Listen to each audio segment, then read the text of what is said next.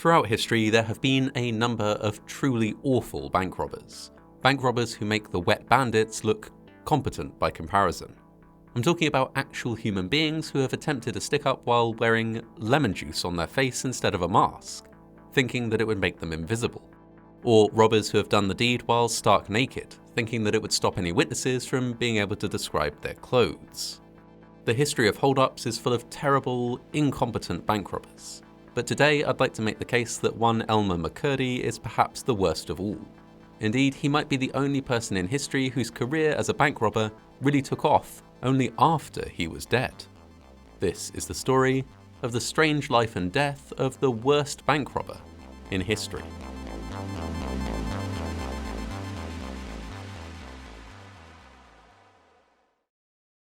Elmer McCurdy was born in Washington, Maine on the first day of the year 1880.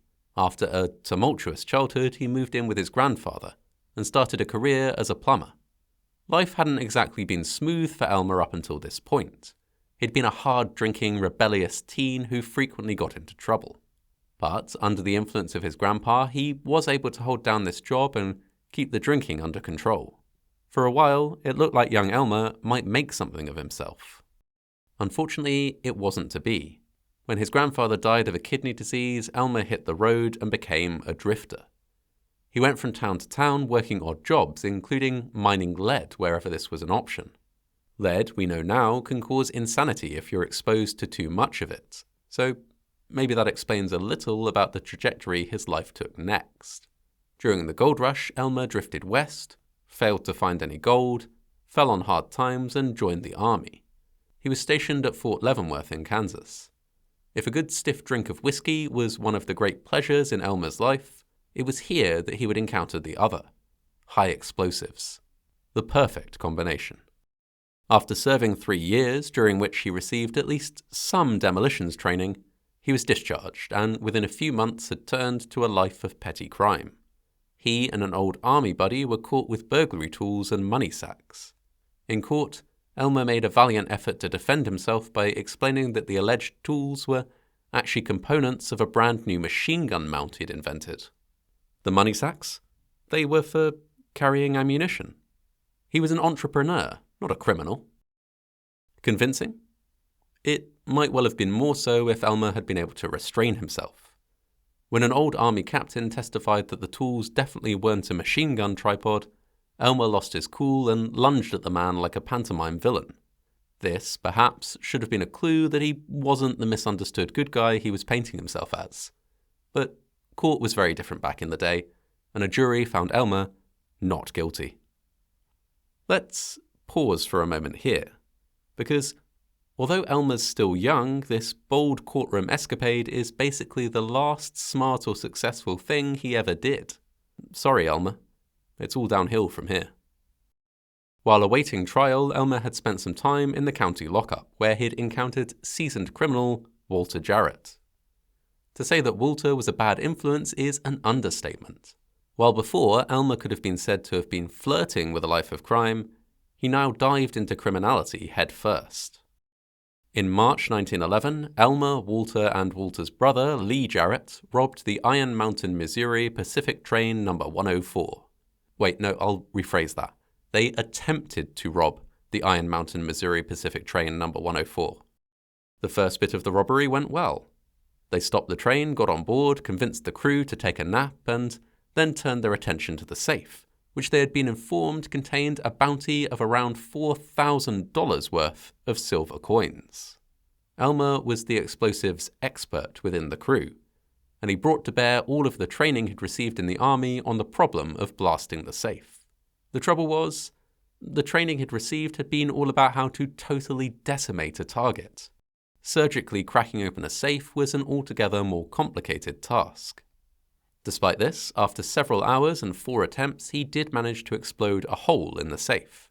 But he accidentally took out the entire side of the train as well, and the heat from the explosion fused the silver dollars together into a melted, immovable mass. He'd blown it. Literally. Giving up on the big prize, the ragtag crew grabbed a few mail sacks, scraped up about $100 in loose silver, bullied a guy into giving them his pocket watch, and then fled. The debacle made some headlines because although this was the olden days, train robbery was really something that had died out in the olden days. It was anachronistic to rob a train, and the papers were almost gleeful to see such an oldie-timey crime get a brief revival. Plus, I imagine, the sheer level of incompetence was funny even then.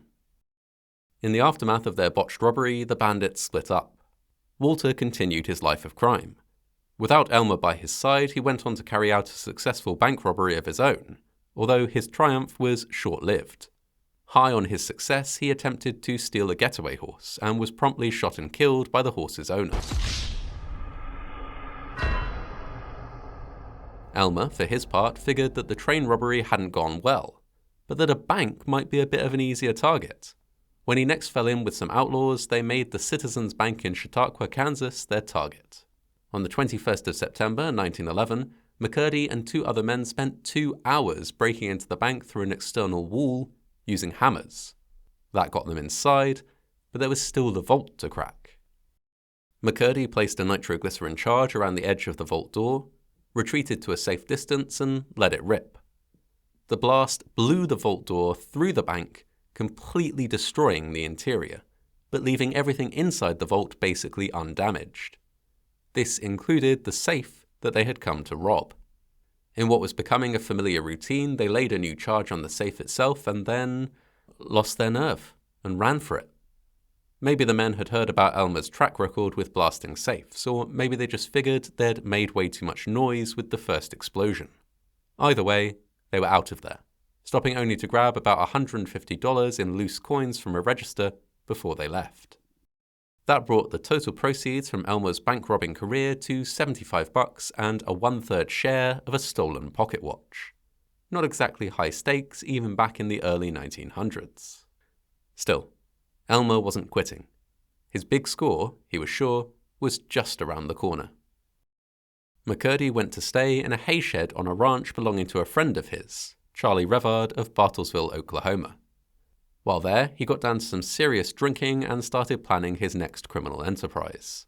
Despite his abysmal record holding up trains, he was going for another one, a Missouri, Kansas, Texas train carrying $400,000 in cash. On the 4th of October 1911, near Okessa, Oklahoma, Elmer and 2 other bandits brought a train to a halt using a signal fire. Just like before, the first part of the robbery went pretty smoothly. They got on board the engine, uncoupled everything after the car containing the safe, and forced the driver to take them a few miles up the line. Once they were far enough away, they had the crew open the safe. And then, presumably, they stood around looking puzzled for a bit, because there definitely wasn't $400,000 in there. A few polite inquiries revealed that, in fact, they had hijacked the wrong train. The express with the money was still steaming along some way down the track. They'd managed to steal a passenger train instead. Still, Elmer wasn't one to let a robbery go to waste. He valiantly attempted to rob whatever was available, which amounted to about $40, 2 demijohns of whiskey, a gun, a coat, and, once again, some guy's watch. In desperation, they even searched under seats for some extra loot, but somehow managed to miss the one seat under which a man had stuffed $250 of his own money when he realized the train was being robbed. Another crew member also managed to avoid a shakedown by throwing his wallet into a corner and then pretending he didn't have one. The would-be bandits smashed open a beer keg, drank their fill, and then ran for it with their meager takings. The report that appeared in the Bartlesville Examiner the next day was not complimentary. It questioned whether the men had ever been on a train in their lives before, let alone ever robbed anything. Their haul, it said, simply must have been one of the smallest in the history of train robbery. They say never read your reviews, and hopefully Elmer didn't read this excruciating takedown of his robbery abilities. But either way, he was not overly pleased with the results of his latest heist.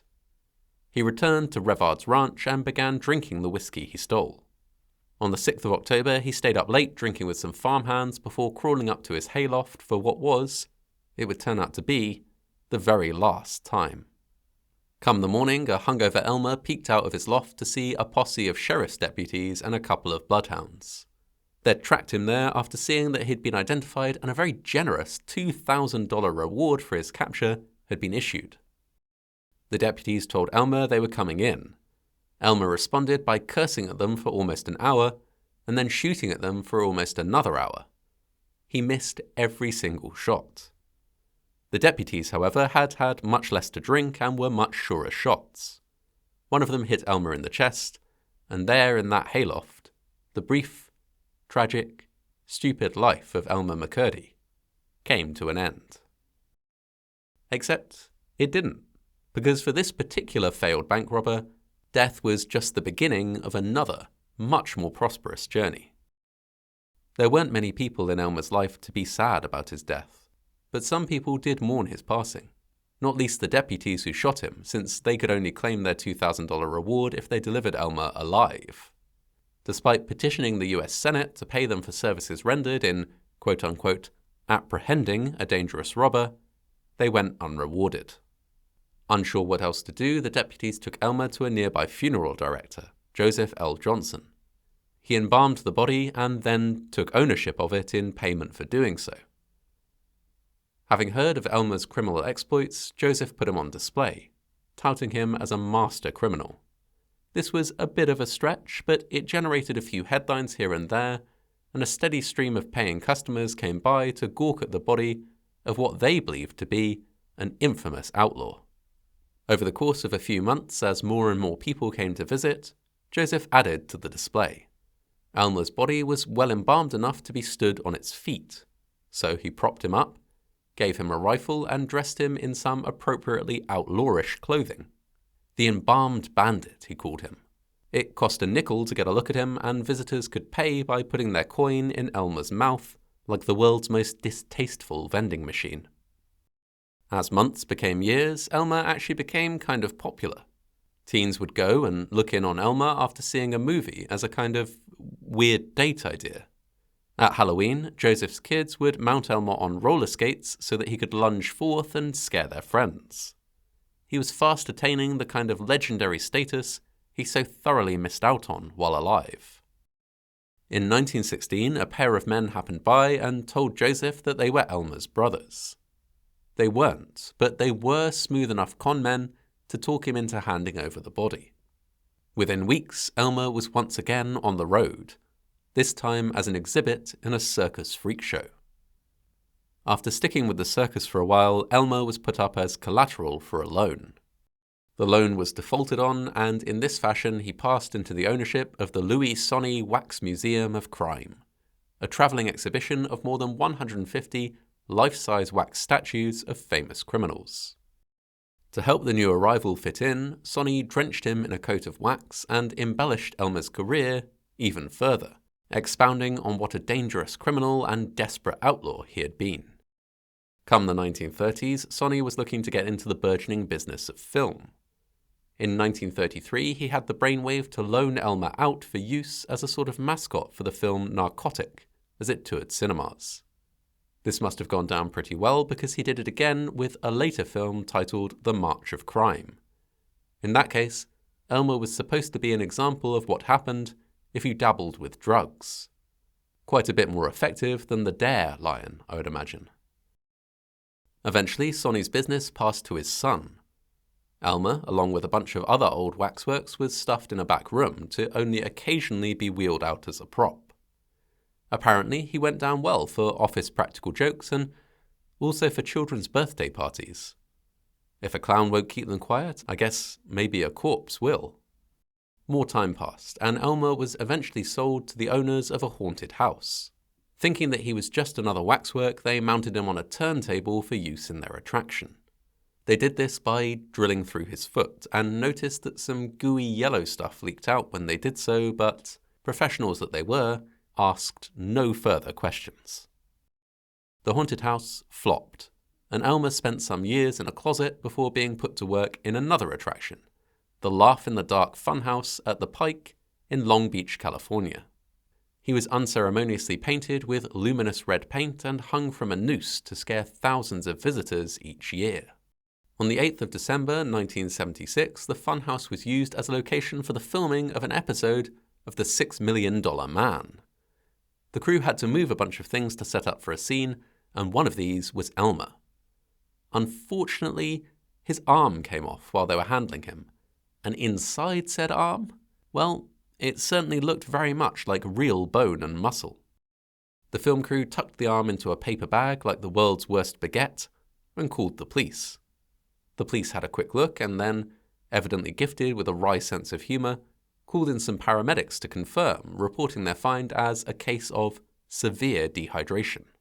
Medical professionals were able to say with confidence that the waxwork was not a waxwork at all, but instead a real, mummified human body. It was a long process to trace where he'd come from and who he was, but they were able to do so using forensic clues, like the ancient nickel and a ticket stub from Sonny's Wax Museum of Crime that had been lodged in his throat. Before long, Elmer was shipped back to Oklahoma, where he was to be given a state funeral. Actually, most of him was shipped back. Someone, somewhere along the line, was unable to resist taking a little souvenir, and so when he arrived he was, alas, missing his jaw. Where it ended up, nobody knows. Where Elmer ended up, though, finally, decades after he should have been buried, was in a grave. A proper grave, which he was interred in following a proper funeral, complete with an old-fashioned funeral carriage and a romantic painting of him as he might have been, if things had only been a little bit different. Now he's visited on a regular basis by tourists and the curious. And on some level, I have to wonder if he might actually be pleased by that. It seems like what he wanted during life was a nice jug of whiskey and a big wad of cash. But failing that, maybe he wouldn't have minded being seen as a proper outlaw. A fierce, dangerous, daring man on the run. Someone whose story people would tell, whose grave they would visit, and who would live on in legend long after the long arm of the law had caught up with him. However he might have felt about it, Elmer McCurdy is now finally at rest, now finally buried with ceremony and dignity. His story the stuff of folklore. And when they buried him, they made sure to place a massive concrete slab on top of his coffin, just to make sure that a man whose afterlife outstripped his life can finally, at long last, rest in peace.